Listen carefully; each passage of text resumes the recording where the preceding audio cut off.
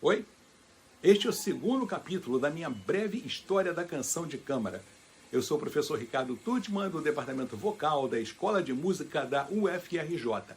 Fica aí que eu já volto.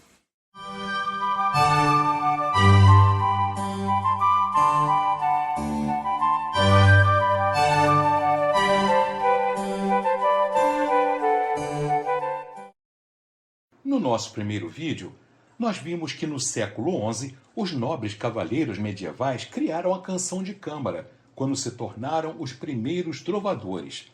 Também falamos sobre o início do processo de profissionalização dos músicos, que decorreu do nascimento dos burgos, as cidades fortificadas. Artistas itinerantes, dentre os quais os menestréis, iam de cidade em cidade, se apresentando por pagamento ou em troca de hospedagem e alimentação. A nova classe social que surgiu, a classe média ou burguesia, produziu um gênero conservador de canções. E a nossa história continua a partir desse ponto. Aquele gênero conservador de canções do qual eu falei era uma espécie de continuação da arte dos menestréis. Esse tipo de música recebeu o nome de Meistersang, ou Canto dos Mestres. Segundo a lenda, a sua tradição remonta a um trovador que fundou a primeira escola de canto na cidade de Mainz, na Alemanha, nos primeiros anos do século XIV.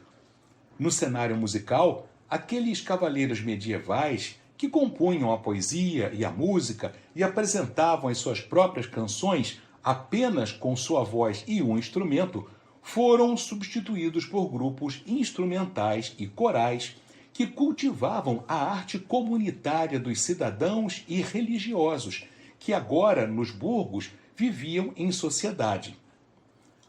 Mas tem alguma coisa meio estranha nesse estilo do Meistersang. Primeiro de tudo, como é que naquele mundo, que desde a Idade Média já se havia transformado tanto, a ideia da antiga arte nobre dos cavaleiros medievais foi absorvida por cidadãos comuns, que eram artesãos e diletantes, e levada adiante ao longo de muitos séculos. Sim, porque o gênero do Canto dos Mestres durou muito tempo, apesar de todas as suas regras de composição, da poesia simplória e da falta de inspiração. Aqui nós temos um convite para os amantes da arte, segundo está aí escrito, assistirem a uma apresentação de uma escola de canto. No centro do convite, vemos um medalhão com uma homenagem a Hans Sachs, aos 81 anos, um dos mais famosos poetas alemães desse tempo, que deixou um legado de mais de 6.000 poesias. Hans Sachs, aliás, é um dos personagens daquela ópera de Wagner que eu já citei no nosso primeiro capítulo, Os Mestres Cantores de Nuremberg. Voltando às nossas perguntas, como foi possível ignorar o tremendo desenvolvimento musical que ocorreu no período barroco para continuar cultivando as canções dos trovadores, tempos depois de a sua era ter acabado? A explicação para estas questões é a seguinte: nas escolas do Canto dos Mestres, o Meistersang, os alunos eram formados para serem menestréis. Eles deveriam aprender a escrever a poesia e a música, combinar as duas numa canção e apresentá-la. Mas o problema é que, de acordo com o Meistersang, a poesia e a música não precisavam mais de inspiração. O futuro menestrel só tinha de aprender métodos, regras e ferramentas de composição. Qualquer um podia escrever canções, bastava seguir as leis. A consequência disso foi uma forma musical com uma estrutura tão rigorosa que rapidamente se imobilizou. Todos os gêneros da música se desenvolveram artisticamente de modo natural, através de crises e mudanças, exceto o Canto dos Mestres. O Meistersang não mudou. Esse tipo popular de canção, que foi cultivada pela classe média, foi uma arte parada no tempo e não trouxe nada de novo à criação artística. O estilo do repertório ficou essencialmente inalterado até meados do século XVIII, já quase entrando no período clássico. A longa vida do Meistersang pode ser explicada justamente pela dedicação das corporações e associações de canto ao hábito e à compulsão por aquelas inúmeras regras de composição. É por isso que, apesar do declínio da poesia trovadoresca ter se iniciado lá atrás, no século XIII, ela ainda refloresceu mais tarde, nos séculos XIV e XV. Mas os últimos menestréis tinham um ar anacrônico e fantástico, porque eles representavam um mundo que já tinha há muito desaparecido nas brumas do tempo. Como ocorre em todas as formas de arte, os diferentes gêneros musicais não apareceram de um dia para o outro, assim, sem mais nem menos, não. Eles sempre foram o resultado de um processo de desenvolvimento, de amadurecimento de novas ideias. Por exemplo, enquanto a canção trovadoresca ainda estava no auge, nos séculos XII e XIII, já surgia um novo tipo de composições, chamadas de polifônicas. Polifonia é uma palavra que significa literalmente vozes múltiplas. A música polifônica quase varreu do mapa a canção solista, que só conseguiu sobreviver a duras penas nas corporações de canto. A polifonia nasceu em Paris, na Catedral de Notre-Dame, onde os mestres Léonin e Perrotin lançaram as bases de um novo pensamento e de uma nova maneira de ouvir música. A novidade apareceu em peças sacras que tinham 2 ou 3 melodias que eram executadas simultaneamente. Cada melodia é chamada de voz e eram cantadas por vozes humanas e ou executadas por instrumentos, todas as melodias ao mesmo tempo.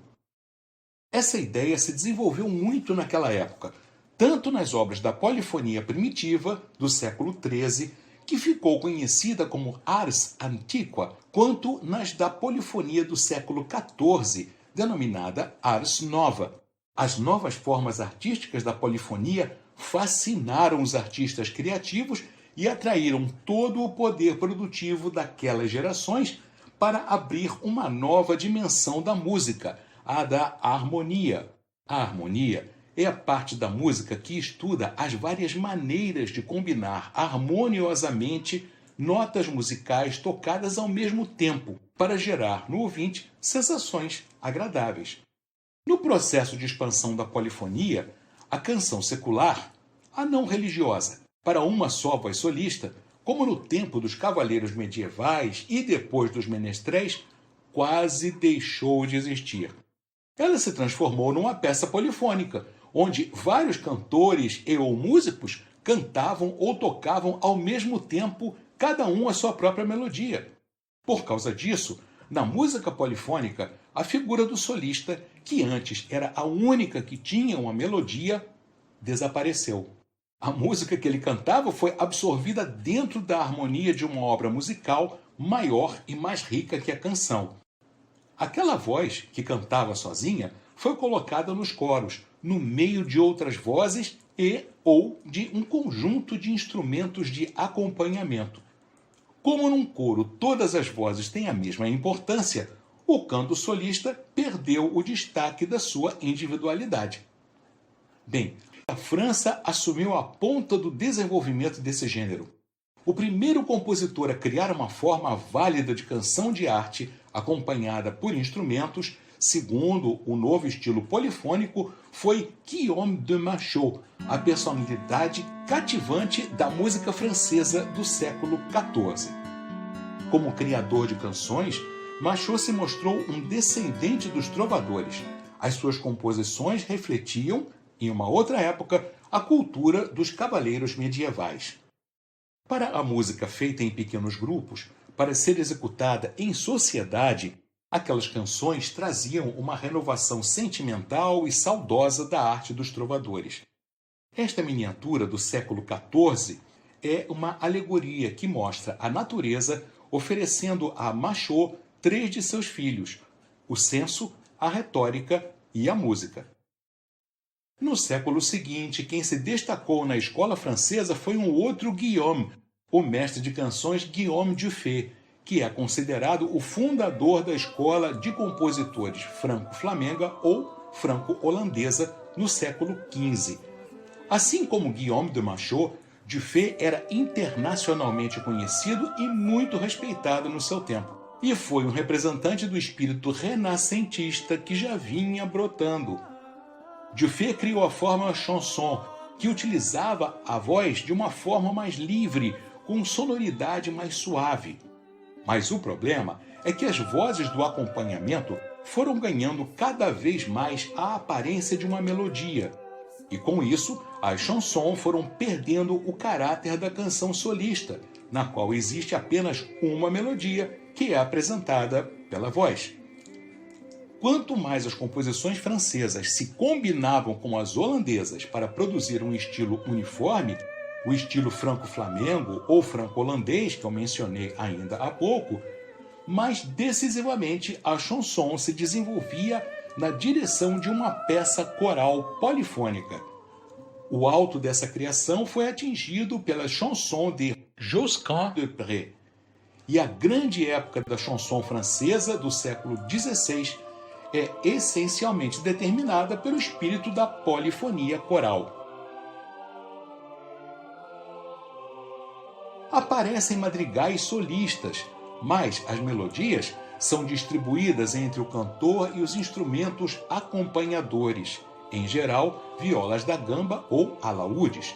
Então, como todos os intérpretes têm uma melodia própria e não apenas uma para a voz humana, esses madrigais não contam como canção solista. Vamos agora ver o que ocorria nas principais culturas da Europa Ocidental. Do outro lado do Canal da Mancha, a canção de câmara inglesa também não vivia os seus melhores dias. Desde 1300, a música inglesa já vinha mostrando uma inclinação natural para a polifonia.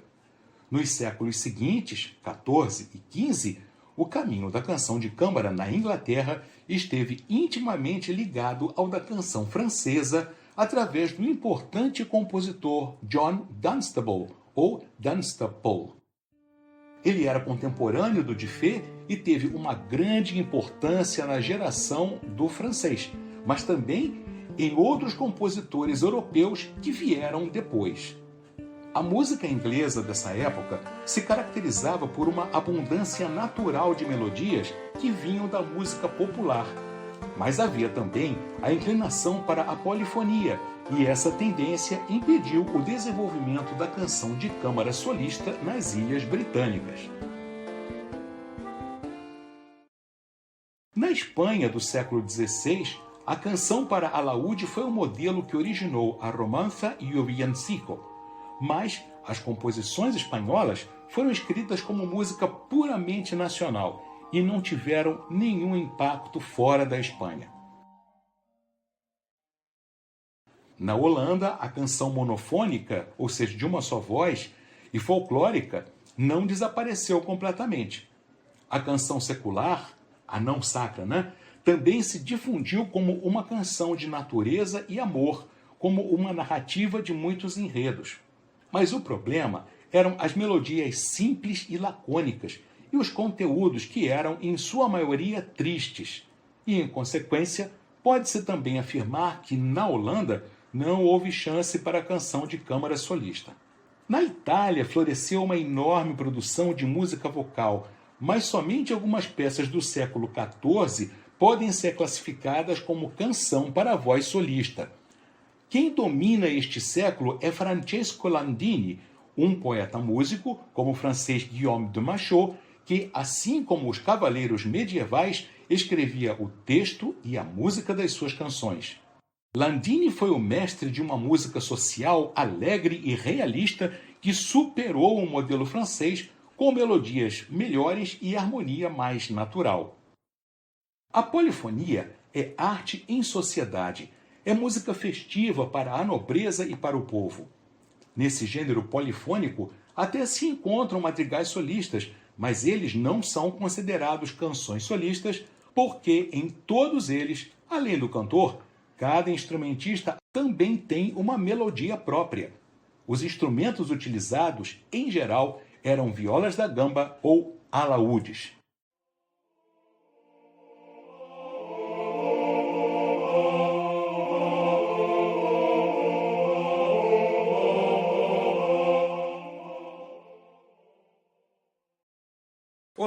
Eu espero que vocês tenham gostado e que voltem para a sequência desta pequena história da canção de câmara. Até a próxima!